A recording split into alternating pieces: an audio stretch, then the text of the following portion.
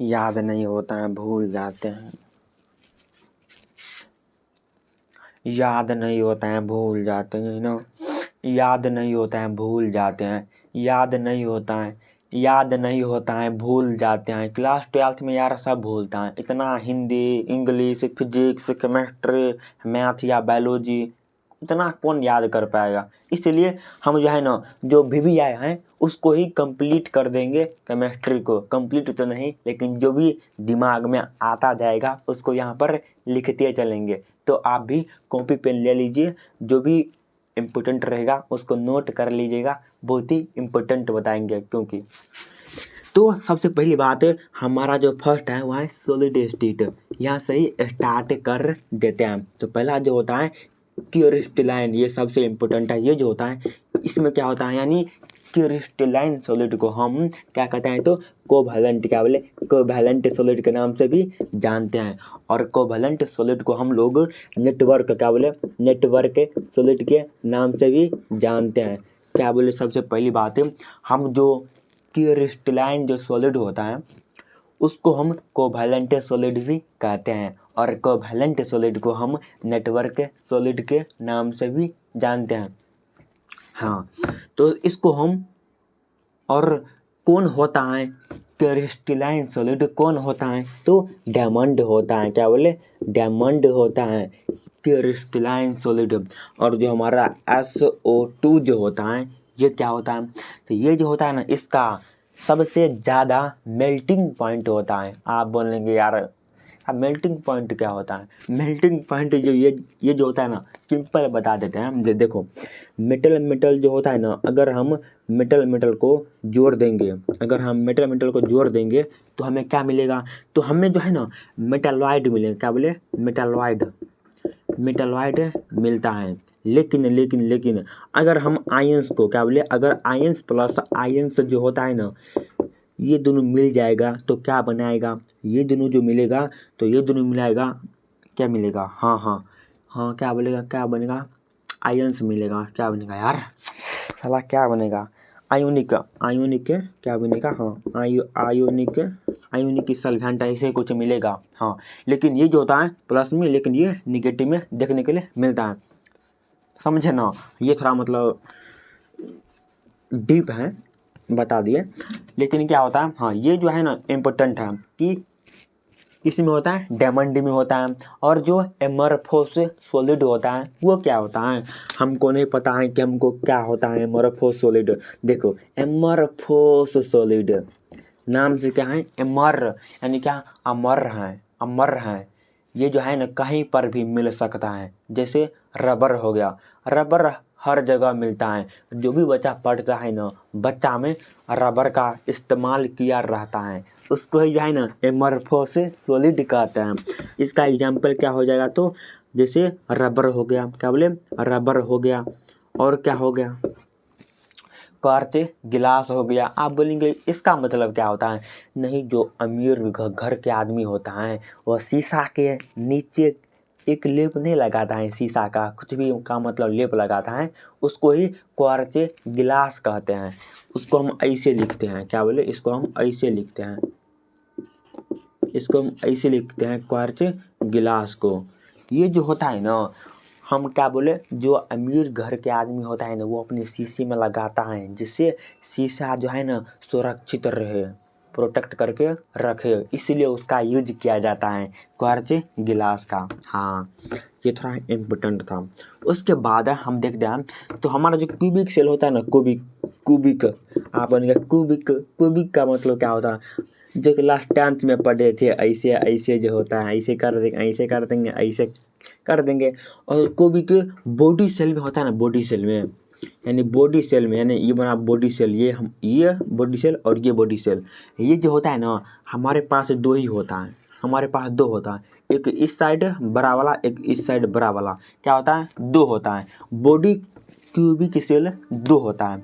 उसके बाद क्यूबिक जो होता है ना, क्यूबिक ओनली जो क्यूबिक पूछेगा और मैक्सिमम पूछ देगा, मैक्सिमम यानी कहाँ तक हो सकता है, मैक्सिमम का मतलब कहाँ तक हो सकता है और कहाँ तक जा सकता है, ये भी कह सकते हैं। तो 7 होता है, क्या बोले 7, जो क्यूबिक बॉन्ड में जो होता है 7 होता है। लेकिन लेकिन लेकिन लेकिन लेकिन नंबर जो होता है, नंबर होता कितना है, तो 14 होता है। ये सब जो है ना इतना इतना इतना इतना छटका हटा देगा 7, छटका हटा देगा 14, कौन इतना, बहुत बहुत यार लेंदी है बहुत। कहीं पर बॉडी हटा देगा, कहीं पर नंबर हटा देगा, कहीं पर टोटल हटा देगा, कहीं पर कुछ भी हटा देगा, सारा केमिस्ट्री है। उसके बाद आप जानते होंगे कि जो फ्रेंकल डिफेक्ट होता है, जो शॉर्टकी डिफेक्ट होता है, इसमें क्या होता है, सिंपल आप याद रख लीजिएगा। ये सब जो होता है ना सीधा NaCl सब हो गया, NaCl सब में देखने के लिए मिलता है, सिंपल NaCl सब में देखने के लिए मिलता है। और डिक्रीज जब होता है, क्या बोले डिक्रीज, जब शॉर्टकी डिफेक्ट और जो फ्रेंकल डिफेक्ट होता है, जब डिक्रीज होता है तो NaCl सब में देखने के लिए मिलता है। ये थोड़ा हाँ इम्पोर्टेंट था। और जो हमारा जो NaCl जो होता है ना, इसमें 6 होता है। अब यार याद कर लीजिए, क्योंकि याद करना ही पड़ेगा, केमिस्ट्री है। क्या कर सकते हैं। उसके बाद जो हमारा NaOH जो होता है, इसमें क्या होता है, तो इसमें 4 होता है। ये थोड़ा इम्पोर्टेंट है। 4 क्या होता है, तो जो क्यूबिक जो बॉन्ड होता है उसका क्रिस्टल जो होता है वो इसमें देखने के लिए मिलता है। इसमें 4, इसमें 6, ये भी एग्जाम में आया हुआ है। उसके बाद क्या इम्पोर्टेंट है, उसके बाद जो है ना, उसके बाद हाँ फ्रीजिंग पॉइंट, यानी इसको हम जो है फ्रीजिंग पॉइंट के नाम से जानते हैं। तो जो हमारा K2SO4 होता है, इसको हम फ्रीजिंग पॉइंट के नाम से जानते हैं। ये बहुत ही इम्पोर्टेंट है, क्या बोले फ्रीजिंग पॉइंट के नाम से जानते हैं। उसके बाद जो हमारा CrO2 जो होता है, ये क्या होता है, ये जो होता है ना, जो फेरोमैग्नेटिक जानते हैं ना, हमारा निकेल भी जो होता है वो फेरोमैग्नेटिक होता है। उसके बाद आयरन भी जो होता है हमारा फेरोमैग्नेटिक होता है, क्या बोले आयरन भी जो होता है हमारा फेरोमैग्नेटिक होता है। यानी ये निकेल भी फेरोमैग्नेटिक ऐसा होता है, फेरोमैग्नेटिक। बहुत व्यक्ति को लिखने नहीं आता है, हमको भी नहीं आता था यार सही में, लेकिन धीरे धीरे सीख लिए। क्या होता है फेरोमैग्नेटिक, निकेल भी और आयरन भी जो आता है फेरोमैग्नेटिक होता है। हाँ उसके बाद ये जो होता है ना, ये रियल ऑक्सीडेशन नंबर होता है, किसमें, तो फेरोमैग्नेटिक में। बहुत ही इंपॉर्टेंट है, क्या बोले ये जो होता है रियल, क्या बोले रियल फेरोमैग्नेटिक, क्या बोले रियल फेरोमैग्नेटिक होता है। किसका तो ऑक्सीडेशन का, क्या बोले ऑक्सीडेशन का, ऑक्सीडेशन ऐसे नहीं होता, हाँ ऑक्सीडेशन ऐसे होता है, ऑक्सीडेशन का। ये जो है ना रियल फेरोमैग्नेटिक ऑक्सीडेशन नंबर का देखने के लिए मिलता है, ये फार्मूला। लेकिन हमारा जो Fe3O4 ये जो होता है, ये तो फेरोमैग्नेटिक सब्सटेंस में देखने के लिए मिलता है। लेकिन जो CrO2 होता है, ये जो होता है ना फेरोमैग्नेटिक सब्सटेंस होता है, क्या बोले फेरोमैग्नेटिक सब्सटेंस होता है CrO2। लेकिन हम स्टार्ट में क्या बता दिए कि जो CrO2 जो होता है वो क्या होता है, तो रियल ऑक्सीडेशन नंबर होता है, किसका, तो फेरोमैग्नेटिक का। लेकिन जो ये जो होता है फेरोमैग्नेटिक सब्सटेंस होता है, क्या बोले CrO2 जो होता है वो फेरोमैग्नेटिक का सब्सटेंस भी होता है, और उसमें भी देखने के लिए मिलता है फेरोमैग्नेटिक सब्सटेंस में। ये सब इम्पोर्टेंट था। उसके बाद इसमें भी देखने के लिए मिलता है कि हाँ हम तो यार आधा अधूरा लेकर भाग रहे हैं ना, हाँ। लेकिन जो हमारा एमोर्फोस सॉलिड होता है ना, एमोर्फोस हम जो स्टार्ट में बता दिए, और जो क्रिस्टलाइन सॉलिड होता है, ये जो होता है ना, इसमें क्या होता है, तो इसमें रेगुलर सीक्वेंस देखने के लिए मिलता है। लेकिन इसमें इन रेगुलर सीक्वेंस देखने के लिए मिलता है। कहने का मतलब जैसे मान लीजिए यहाँ पर ए है, ऐसे नहीं करेंगे, यहाँ पर ए है, यहाँ पर बी है, यहाँ पर सी है, तो यहाँ पर सी हो जाएगा और यहाँ पर बी हो जाएगा और यहाँ पर ए हो जाएगा। इसको मिलाने में कितना दिक्कत होगा यार। इसको ऐसे करेंगे, इसको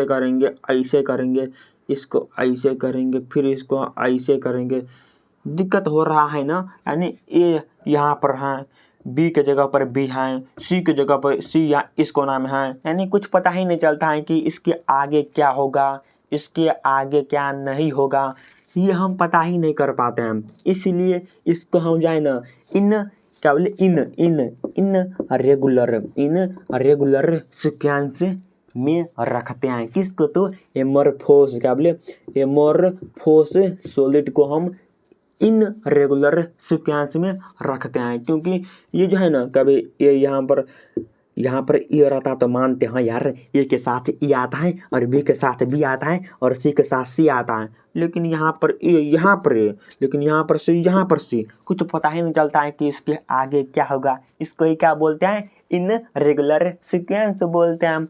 लेकिन क्रिस्टलाइन सॉलिड में क्या होता है? देखिए जैसे यहाँ पर ई है, इसके बट्टी में भी ई हो जाएगा, यहाँ पर बी है तो यहाँ पर भी बी हो जाएगा। नहीं तो क्या हो सकता है? जैसे एम एन ई मान लीजिए, आप बोलेंगे खाली ए बी सी डी लेता है, एम एन लेंगे तो यहाँ पर भी एम हो जाएगा और यहाँ पर भी एन हो जाएगा। यानी ये क्या होता है? हमारा एक सीक्वेंस में बनाता है।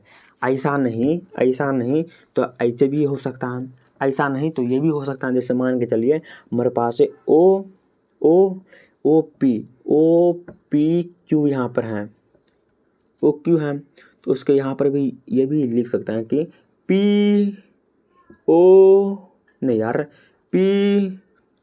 क्या लिखेंगे? पी ओ क्यू ऐसे लिखेंगे।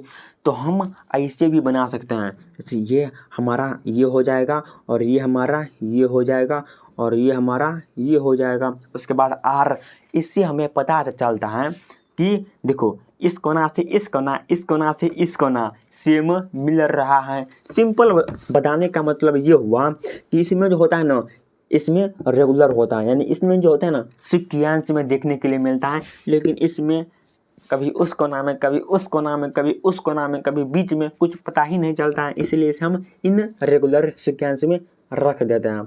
इसमें जो होता है ना, इसमें एनोड से क्या बोले एनोड से कैथोड में देखने के लिए मिलता है। उसके बाद जो क्रिस्टलाइन सॉलिड होता है ना, इसमें कैथोड से क्या बोले कैथोड से एनोड की तरफ देखने के लिए मिलता है। आप बोलेंगे एनोड क्या होता है? तो एनोड हमारा पॉजिटिव होता है, क्या बोले पॉजिटिव होता है, और कैथोड जो होता है हमारा नेगेटिव होता है, क्या बोले कैथोड जो होता है नेगेटिव होता है। यहाँ पर भी हमारा कैथोड नेगेटिव हो जाएगा और एनोड जो है हमारा पॉजिटिव हो जाएगा। हाँ, पॉजिटिव हो जाएगा। लेकिन आप एक चीज़ जानते हैं, जो हमारा डेल्टा जी बराबर डेल्टा एच जो होता है और माइनस में टी डेल्टा होता है। टी डेल्टा जो होता है, इसका मतलब क्या होता है? ये सबसे इम्पोर्टेंट है, 5 नंबर में भी देखने के लिए मिलता है। 5 नंबर में इतना ही नहीं यार, ये तो बस उसका अंग है। लेकिन इसको कहते क्या है? तो इसको हम लोग जो है ना गिब्स क्या बोले गिब्स लिखते हैं, गिब्स फ्री एनर्जी कहते हैं। क्या बोले फ्री एनर्जी कहते हैं। यानी इसको हम जो है ना डेल्टा जी बराबर डेल्टा एच बराबर माइनस टी डेल्टा, इसको क्या कहते हैं? इसको हम गिब्स फ्री एनर्जी कहते हैं। एग्जाम में 5 नंबर में देखने के लिए मिलता है, क्योंकि बहुत ही इम्पोर्टेंट है। थोड़ा मतलब समझा दीजिए नहीं इसका, क्योंकि बहुत ही इम्पोर्टेंट है। हाँ भाई, समझा देते हैं, हम भी क्लास 12th में ही आए, इसलिए भी बताएंगे ओनली। तो जो हमारा ये जो होता है ना, हम आप स्टार्ट से बताते हैं। देखो जो हमारा डेल्टा जी बराबर क्या होता है, डेल्टा एच होता है, हो पाए, और टी डेल्टा ये होता है, क्या होता है, तो गिब्स फ्री एनर्जी होता है। लेकिन ये तो होता है, इसको बोलते हैं डेल्टा जी, यहाँ पर है ना डेल्टा जी, इसको हम क्या बोलते हैं, गिब्स फ्री एनर्जी कहते हैं, एनर्जी कहते हैं। लेकिन इसको क्या कहते हैं, इसको, तो इसको हम इंथैल्पी कहते हैं। क्या बोले, इसको हम इंथैल्पी कहते हैं, इंथैल्पी कहते हैं। अब यार कुछ गलती हो गया होगा लिखने में तो माफ़ी चाहते हैं। इंथैल्पी कि ऐसे होता है यार, इंथैल्पी। अब यार कुछ भी होता हो यार, देख लेंगे। क्या बोले, इसको हम कहते क्या है, तो इसको हम इंथैल्पी कहते हैं। वायु होगा वहाँ पर, हाँ याद आ गया। अब क्या होता है, इंथैल्पी होता है, इसको हम कहते हैं। लेकिन इसको क्या कहते हैं, तो इसको हम टी, क्या होता है, टी टेम्परेचर होता है, टेम्परेचर, हाँ क्या होता है, टेम्परेचर होता है। लेकिन इसको हम इतना ही थोड़ी लिखेंगे, इसका मतलब कुछ और भी होता होगा। हाँ यार, इसको हम जो है ना ग्राफ से भी समझ सकते हैं। किसको, तो गिब्स फ्री एनर्जी को। ये जो होता है ना सिंपल, अगर हम पहले बता दे तो ये होता है। देखो अगर हम किसी भी बैक्टीरिया को मारना चाहेंगे तो उसको कैसे मार सकते हैं, बैक्टीरिया को सबसे पहले क्या करेंगे, उसमें जो छोटा छोटा कीड़ा मकोड़ा होगा ना उसको निकाल लेंगे। यानी किसी भी पानी में, मान के चलिए आप जो डोल में पानी पीते हैं उस डोल में छोटा छोटा कीड़ा है और बड़ा बड़ा भी कीड़ा है, लेकिन बहुत ही ज़्यादा है। तो क्या करेंगे, सबसे पहले छोटा छोटा कीड़ा को हटा देंगे, उसके बाद बड़े बड़े कीड़ों को हटा देंगे। उसको ही तो गिब्स फ्री एनर्जी कहते हैं। और बायोलॉजी में उसे शिवाक ट्रीटमेंट कहते हैं। क्या बोले, इसको हम केमिस्ट्री में गिब्स फ्री एनर्जी कहते हैं, और बायोलॉजी में क्या कहते हैं, तो बायोलॉजी में इसे हम शिवाग ट्रीटमेंट के नाम से जानते हैं। लेकिन ये तो बस आधा अधूरा था। ये जो होता है ना, किसी भी रिएक्शन जो हो रहा होता है ना, कितना फास्ट हो रहा होता है, किस टाइम पर हो रहा होता है, किस टेम्परेचर पर हो रहा होता है, और कौन सा गैस पर हो रहा होता है, वो भी ध्यान में रखना होता है। उससे ही हम जो है ना गिब्स फ्री एनर्जी प्रोडक्ट कर पाते हैं। कहने का मतलब ये जो है ना, यानी गिब्स का मतलब नाम में क्या है, तो फ्री यानी क्या है, फ्री एनर्जी कैसे प्राप्त कर सकते हैं।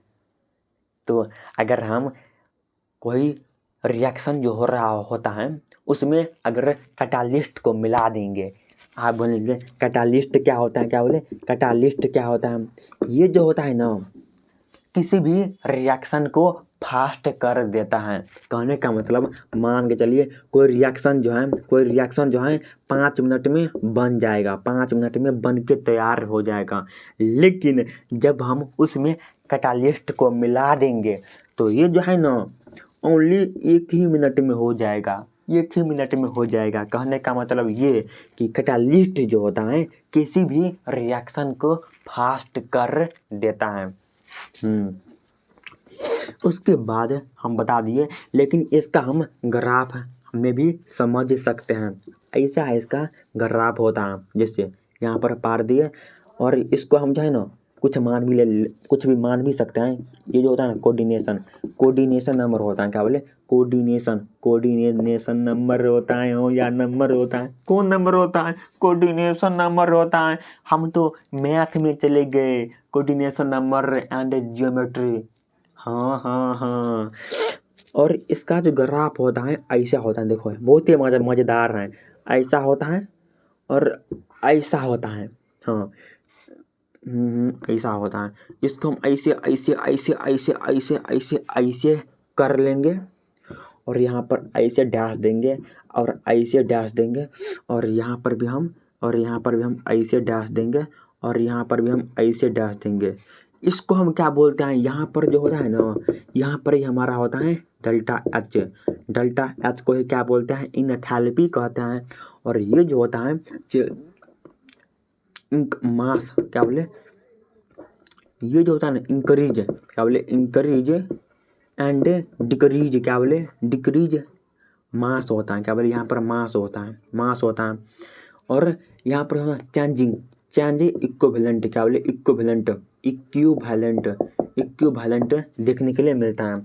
यहाँ पर जो है ना चेंज इक्विवेलेंट देखने के लिए मिलता है। सबसे ऊपर, सबसे ऊपर, सबसे ऊपर मान के चलिए, अगर आप सबसे ऊपर जाएंगे, सबसे ऊपर, तो कुछ ना कुछ चेंज होगा। वैसे भी याद रख सकते हैं कि चेंज इक्विवेलेंट होता है, सबसे ऊपर, सबसे ऊपर चेंज इक्विवेलेंट होता है। हाँ हाँ हाँ हाँ। और इसको हम ए बी प्लस बी नाम दे सकते हैं, और इसको सी प्लस डी नाम दे सकते हैं समझने के लिए। हाँ, और इसको हम, और इसको जो है ना कंपाउंड कहते हैं, इसको कोऑर्डिनेशन नंबर कहते हैं। और इसको यहाँ पर जो रेखा है ना, इसको हम कोऑर्डिनेशन कंपाउंड कहते हैं। क्या बोले, कंपाउंड, कंपाउंड कहते हैं। यहाँ पर इसको हम कोऑर्डिनेशन कंपाउंड कहते हैं, इसको कोऑर्डिनेशन नंबर कहते हैं, इसको हम इनथैलेपी कहते हैं, और इसको हम चेंज इक्विवेलेंट कहते हैं। और यहाँ पर इंक्रीज एंड डिक्रीज मास को दिखाते हैं। ऐसे डायग्राम भी हम लिख सकते हैं। बहुत ही इम्पोर्टेंट है, बहुत एडवांस है ये। नीट का एग्जाम देंगे, IIT का, जी एडवांस का, नहीं यार वो सब नहीं देंगे बिहार बोर्ड में। अब यार ग्राफ तो आसान ही था, अगर सवाल आ जाएगा, अगर ग्राफ पार देंगे तो फुल नंबर नहीं मिल जाएगा, क्योंकि क्वेश्चन बहुत ही इम्पोर्टेंट है, इसलिए हम बता दिए, वरना नहीं बताते हैं। बहुत ही इम्पोर्टेंट था क्वेश्चन, इसलिए बता दिए। हाँ, उसके बाद क्या होता है, उसके बाद हमें क्या देखने के लिए मिलता है, तो उसके बाद जो है ना हमें ये देखने के लिए मिलता है। देखिए हमारा जो फैराडे लॉ होता है, फैराडे लॉ क्या होता है, और फर्स्ट लॉ क्या होता है, सेकंड लॉ क्या होता है, ये क्या होता है। देखो सिंपल, अगर हम कहें, अगर हम जितना ज़्यादा करंट पास करेंगे, उतना ज़्यादा जो होगा ना मेटल का जो इलेक्ट्रोड होगा वो डिक्रीज होने लगेगा। उसको क्या बोलते हैं, फैराडेज का फर्स्ट लॉ कहते हैं। समझे ना, नहीं समझे, सिंपल भाषा में देखिए, अगर हम मान के लिए यहाँ पर भंसा रोटी बनाते हैं, यहाँ पर गैस है, तो हमको नहीं बनाने आता है यार गैस में, मान चलिए इसमें जो है ना जितना ज़्यादा करंट पास करेंगे, जितना ज़्यादा करंट पास करेंगे, घुसाएंगे, जितना घुसाएंगे उतना ज़्यादा, यहाँ पर मान के चलिए यहाँ पर मेटल है, मेटल का इलेक्ट्रोड है, क्या बोले, मेटल का यहाँ पर इलेक्ट्रोड है, मान के चलते हैं यहाँ पर करंट घुस रहा है, घुस रहा है, कौन करंट घुस रहा है, और यहाँ पर मेटल का इलेक्ट्रोड है, तो क्या होगा, ये डिक्रीज होने लगेगा। क्या बोले, डिक्रीज। जब हम जितना ज़्यादा करंट पास करेंगे, उतना ज़्यादा मेटल का जो इलेक्ट्रोड होगा वो डिक्रीज होने लगेगा। उसको क्या बोलता है, फैराडेज का फर्स्ट लॉ कहते हैं। समझे ना। हाँ, लेकिन सेकंड लॉ किसे कहते हैं, तो सेकंड लॉ में क्या होता है, तो जो स्पॉन्टेनियस होता है ना वो डिक्रीज देखने के लिए मिलता है। किस में, तो मेटल के इलेक्ट्रोड में डिक्रीज देखने के लिए मिलता है। क्या बोले, स्पॉन्टेनियस, स्पॉन्टेनियस, स्पॉन्टेनियस उसमें जो होता है ना का मेटल जो डिक्रीज होता है उसमें देखने के लिए मिलता है। फर्स्ट लॉ और सेकंड लॉ समझे ना, समझे ना। हाँ, फर्स्ट में जितना ज़्यादा घुसाएंगे उतना ज़्यादा मेटल का जो इलेक्ट्रोड होगा वो डिक्रीज हो जाएगा, लेकिन सेकंड लॉ जो होता है वह स्पॉन्टेनियस में देखने के लिए मिलता है। हम सीधा कह देंगे, वाह, वेल डन, वेल डन। हाँ हाँ हाँ, कह देंगे, कह देंगे। हाँ हाँ, लेकिन इसका एक जो है ना प्रिंसिपल भी है। अब यार प्रिंसिपल कौन याद करेगा, देखिए ना बहुत ही इम्पोर्टेंट है, इसलिए बता देते हैं। हाँ हाँ, क्या बोले, क्या होता है, तो प्रिंसिपल होता है, प्रिंसिपल, प्रिंसिपल भाई, क्या प्रिंसिपल होता है फैराडे लॉ का। एक होता है क्या, एक होता है इलेक्ट्रोप्लेटिंग होता है। ये बहुत ही इंपॉर्टेंट है, इसीलिए बता रहे हैं यार, बहुत ही इंपॉर्टेंट है। Electroplating of metal, electroplating of metal, इसमें क्या होता है, इसमें क्या होता है, यानी इलेक्ट्रोप्लेटिंग ऑफ मेटल में क्या होता है, आप ट्रिक से याद रख सकते हैं। सॉन्ग सॉन्ग सॉन्ग सॉन्ग सुनते हैं ना, हो भाई सॉन्ग तो सुनते हैं। सॉन्ग यानी क्या, ऐसे क्या होता है, सॉन्ग क्या होता है, तो SONG ऐसे लिखते हैं ना, तो एस से हमारा क्या हो जाएगा, एस से, तो एस से हमारा सिल्वर हो जाएगा, सिल्वर हो जाएगा। और एन से क्या हो जाएगा, ओ को छोड़ दीजिए, और एन से हमारा निकेल हो जाएगा, एन से निकेल हो जाएगा। और जी से क्या हो जाएगा, तो जी से हमारा गोल्ड हो जाएगा, सोना हो जाएगा। यानी जो हमारा इलेक्ट्रोप्लेटिंग ऑफ जो मेटल जो होता है वो किस में होता है, तो सिल्वर में देखने के लिए मिलता है, निकेल में देखने के लिए मिलता है, गोल्ड में देखने के लिए मिलता है। समझे ना कौन, तो कैसे याद रख सकते हैं, तो सॉन्ग से, सॉन्ग लिख देंगे और ओ को हटा देंगे, और एस का मतलब सिल्वर, एन का मतलब निकेल, और जी का मतलब गोल्ड, ऐसे भी याद रख सकते हैं। उसके बाद देखिए, और दूसरा जो होता है ना हमारा, दूसरा ये जो होता है वो फ्रिक्शन में देखने के लिए मिलता है। क्या बोले, फ्रिक्शन, यानी फ्रिक्शन ऑफ मेटल में होता है। इसमें क्या होता है, या तो हम इसे जो है ना एक्सट्रैक्शन ऑफ मेटल के नाम से भी जानते हैं। क्या बोले, इसको हम जो है ना फ्रिक्शन ऑफ मेटल के नाम से भी जानते हैं, और एक्सट्रैक्शन के नाम से भी जानते हैं। इसमें क्या होता है, इसमें होता है ना सीक्वेंस में देखने के लिए मिलता है। जैसे आप भी देखे होंगे, hydrogen, helium, lithium, beryllium, boron, carbon, nitrogen, oxygen, neon, और उसके बाद क्या होता है, तो नियोन के बाद क्या होता है, टेन होता है ना, हाँ। उसके बाद सोडियम, मैग्नीशियम, एल्युमिनियम, सिल्वर, ये सब देखने के लिए मिलता है। ये सब क्या है, तो एक सीक्वेंस में देखने के लिए मिलता है, 1 2 3 4 5 करके। वही उसका ये मतलब होता है एक्सट्रैक्शन। उसमें क्या होता है, ये जो होता है देखिए, सोडियम हो गया, मैग्नीशियम हो गया, उसके बाद एल्युमिनियम हो गया। इसको हम ऐसे भी याद कर सकते हैं, क्या होता है, सोडियम, मैग्नीशियम, एल्युमिनियम क्या होता है, तो एक्सट्रैक्शन ऑफ मेटल होता है, या तो हम इसे फ्रिक्शन ऑफ मेटल के नाम से भी जान सकते हैं। हाँ भाई, उसके बाद लास्ट में जो होता है ना, सबसे लास्ट में जो होता है ना प्रिंसिपल किसका, तो फैराडेज लॉ का सबसे लास्ट प्रिंसिपल जो होता है, यानी थर्ड नंबर, वो होता है पूरी बाबा, यानी क्या, प्यूरिफिकेशन ऑफ मेटल होता है। क्या बोले, प्यूरिफिकेशन बहुत ही इम्पोर्टेंट है।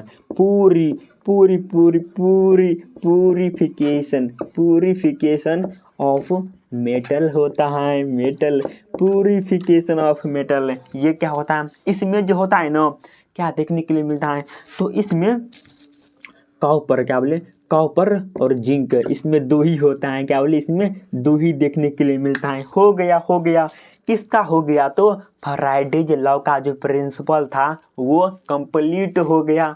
अगर आप ये सब लिख देंगे तो एग्जाम में 5 का 5 नंबर मिल जाएगा। क्या बोले, फर्स्ट जो था उसको हम सॉन्ग के नाम से याद कर सकते हैं, हाँ।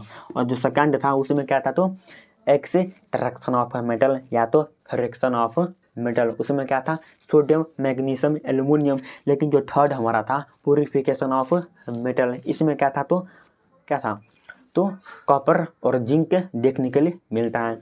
ये सब लॉ था किसका, तो फैराडेज लॉ का, इसलिए हम आपको बता दिए।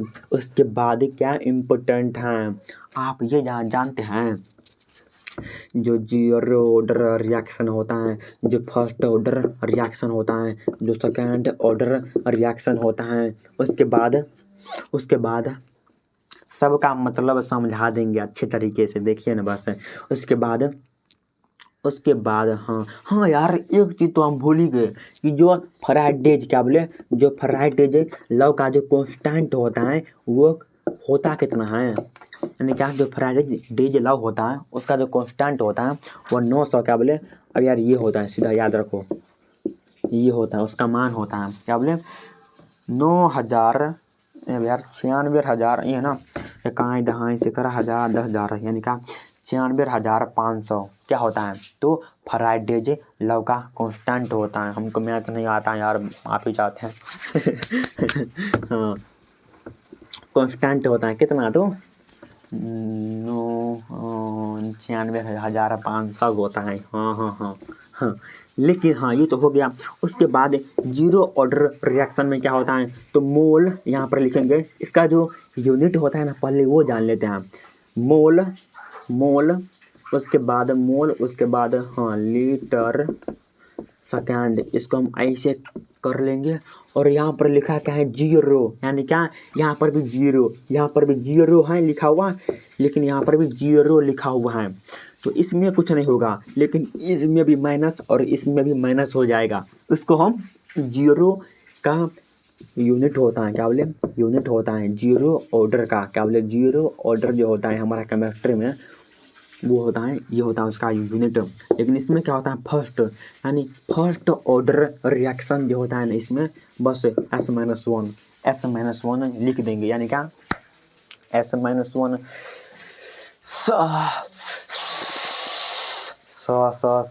यानी क्या? S के पावर में -1 दे देंगे, हमारा फर्स्ट ऑर्डर का यूनिट हो जाएगा। उसके बाद सेकेंड ऑर्डर रिएक्शन जो होता है, इसका यूनिट क्या होता है? इसका जो होता है ना, देखिए, मोल ऐसे कर देंगे, सेकेंड ऐसे कर देंगे। नहीं यार, पहले लीटर करेंगे। क्या बोले? लीटर ऐसे नहीं होता है यार, लीटर ऐसे होता है, लीटर। और सेकेंड लिख देंगे। और यहाँ पर भी है सेकेंड। क्या बोले? सेकेंड है। फर्स्ट, ये हमारा फर्स्ट हो गया, ये सेकेंड, ये थर्ड हो गया। तो क्या है? सेकेंड में कुछ नहीं करेंगे, कुछ नहीं करेंगे। यहाँ पर भी एक माइनस से, यहाँ पर भी एक माइनस में दे देंगे। तो ये क्या हो जाएगा? हमारा यूनिट हो जाएगा जीरो ऑर्डर रिएक्शन का, फर्स्ट ऑर्डर रिएक्शन का, सेकेंड ऑर्डर रिएक्शन का, हमारा यूनिट हो जाएगा। हाँ, जो बोलेगा ना, जैसे जीरो था तो जीरो में कुछ नहीं होगा, और यहाँ पर सेकेंड था तो सेकेंड में कुछ नहीं होगा, और माइनस एक दे देंगे, हमारा राइट आंसर हो जाएगा। हाँ भाई। उसके बाद लेकिन हम तो बता ही नहीं दिए कि जीरो ऑर्डर रिएक्शन होता क्या है। कब बता दिए थे? कब यानी क्या? ऐसे हम कर देंगे, ऐसे। और ये जो होता है हमारा रेट ऑफ कांस्टेंट होता है। क्या बोले? रेट ऑफ कांस्टेंट होता है। और इसको हम ऐसे कर देंगे, और इसको हम ऐसे कर देंगे। यहाँ पर भी जीरो और यहाँ पर भी जीरो कर देंगे। हमारा जीरो ऑर्डर रिएक्शन का केमिकल इक्वेशन ये हो गया। बहुत ही इम्पोर्टेंट है। हाँ भाई, बहुत ही इम्पोर्टेंट है। हाँ, उसके बाद ये होता क्या है भाई? ये होता क्या है? तो ये जो होता है ना, ये जो होता है हाँ, चेंजिंग ऑफ इक्विवेलेंट मैग्नीट्यूड है यार। गिब्स फ्री सवाल याद नहीं हो रहा है। हाँ है या समझ गए? हाँ, याद आ गया। Increase both. क्या बोले? बोथ। याद आ गया। क्या बोले? Both increase and decrease rate of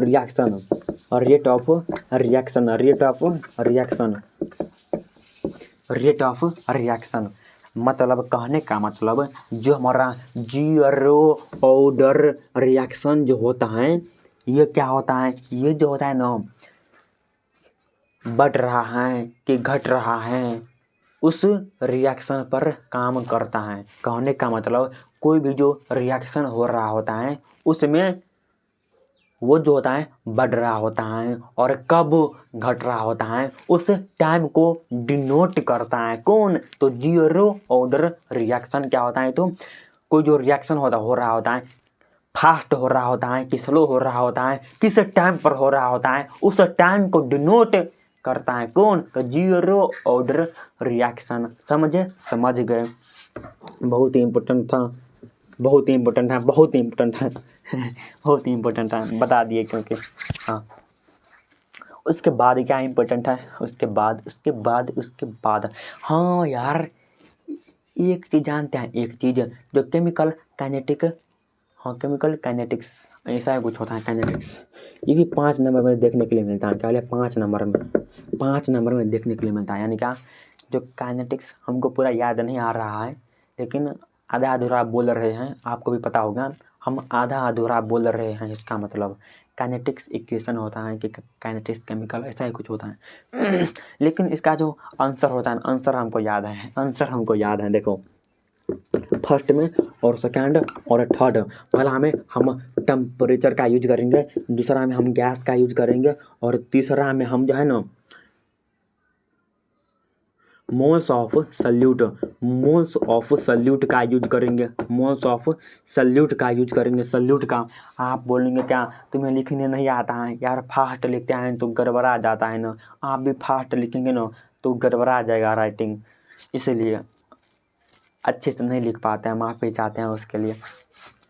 तो ये जो होता है ना, ये जो होता है क्या बोले टेम्परेचर, फर्स्ट जो होता है टेम्परेचर, यानी क्या जो कोलिजन्स पार्टिकल जो होता है ना, सिंपल भाषा में अगर कहे तो जो कोलिजन्स पार्टिकल जो होता है उसको रिमूव अगर करेंगे तो फास्ट रिएक्शन देखने के लिए मिलेगा। हाँ, लेकिन जब हम गैस को इंक्लूड करेंगे रिएक्शन में तो उसका जो मोलिकुलर सॉल्वेंट का जो वेपर प्रेशर जो होगा वो डिक्रीज के साथ उसका जो फास्ट रिएक्शन जो होगा उसको भी लेकर डूब जाएगा, उसको हम गैस में रख देंगे। और जो मोल ऑफ सल्यूट जो होगा उसमें कोलिजन्स का जो पार्टिकल जो होगा उसके साथ मिल जाएगा, पानी के साथ मिल जाएगा, और रिएक्शन जो होगा फास्ट नहीं होगा, लेकिन रेट ऑफ रिएक्शन के वजह से स्थिर हो जाएगा, यानी कमज़ोर हो जाएगा। वो मोल्स ऑफ सल्यूट में देखने के लिए मिलता है। ये जो है ना काइनेटिक्स इक्वेशन में देखने के लिए मिलता है। और आप हम जो है ना एक चीज़ आपको बता ही नहीं, जो एग्जाम में बार बार आता है, बार बार एग्जाम में आता है, बार बार, हाँ तो जो हमारा मोलैलिटी होता है, मोलैलिटी होता है, और जो हमारा क्या होता है मोलैलिटी और मोलारिटी होता है। हम भी भूल जाते हैं, इतना बार याद किया उसके बाद भी भूल जाते हैं। मोलारिटी नाम देखो ना यार। मोलालिटी यहाँ पर क्या है, लीटर, लीटर को हम किस में नापते हैं, हम ऐसा बता देंगे जिससे याद रहेगा, ऐसा तो नहीं होगा, लेकिन आप अगर रिवाइज कर लेंगे 2-3 बार तो आपको भी याद रहेगा। फालतू की बात हम जो बता देंगे याद रहेगा, नहीं यार ऐसा कुछ नहीं है, लेकिन प्रयास करेंगे समझाने का पूरा बड़ी। देखो हम जो है लीटर को किसमें नापते हैं, केजी में नापते हैं। यानी अब जो है ना बहुत जगह सेंटर खुला हुआ है दूध नापने के लिए, वहाँ पर क्या होता है दूध को वजन किया जाता है और जोखा जाता है कि 1 लीटर है कि 2 लीटर हैं, 1 केजी है कि 2 केजी है। यानी अगर लीटर रहेगा ना लीटर, तो हम इसको केजी पर मोल दे देंगे, सीधा केजी पर मोल दे देंगे, या तो मोल पर हम केजी दे देंगे, हमारा राइट आंसर हो जाएगा।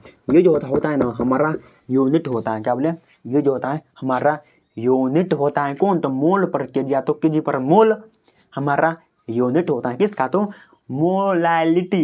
लिट्टी लिट्टी लिट्टी लिट्टी लिट्टी लिट्टी खाते हैं ना, लिट्टी, लिट्टी जो होता है, लिट्टी किलो जैसे होता है ना, किलो जैसे लिट्टी जो होता है ऐसे होता है। यानी किलो भी जो होता है 1 केजी का, 2 केजी का, आधा केजी का, वो ऐसे होता है। लिट्टी को हम जोखते हैं। अब यार कैसे भी करेंगे, बस याद रखो कि केजी पर मोल होता है या मोल पर केजी होता है। हाँ, यूनिट होता है किसका, तो मोलैलिटी का, लिट्टी का। उसके बाद रिटी जो रटता है ना, जो रट मतलब जो रट लेता है ना, सीधा रिटी जो रट लेता है, जो पढ़ लेता है, वो जो होता है ना लीटर में हम नहीं नाप सकते हैं, लीटर में हम नहीं नाप सकते हैं, लीटर पर मोल। ऐसा याद रखो यार, हमको कुछ गलती इसमें लग रहा है, आप देख लीजिएगा। लेकिन हाँ मेन कंसेप्ट यही है कि अगर लीटर रहेगा तो केजी में नापते हैं, अगर रेटी रहेगा, रेटी नहीं, दांत में रेठी लग जाता है, रेठी, तो उसको हम 1 लीटर दूध से साफ कर सकते हैं, तो लीटर बटे मोल हो जाता है। लेकिन एक और भी जो मेन कंसेप्ट है वो हम आपको ओनली बता देते हैं। जो मेन कंसेप्ट है, जो कौन ऐसा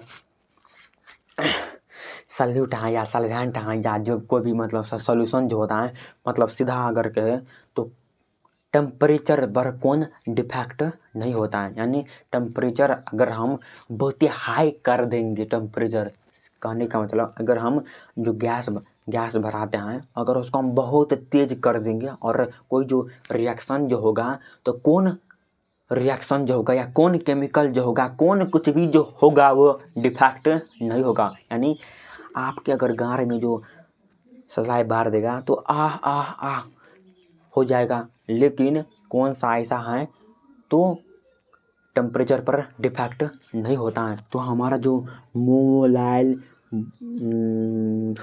मोलारिटी जो होता है ना, ये टेम्परेचर पर डिफेक्ट नहीं होता है। आपके अगर गार में सलाई बार देगा तो लेंगे कर, लेकिन मोलारिटी जो है ना ये टेम्परेचर पर डिफेक्ट नहीं होता है। इसको कहता है आने दो ना, काश ऐसा ही टेम्परेचर रहता तो मज़ा आ जाता।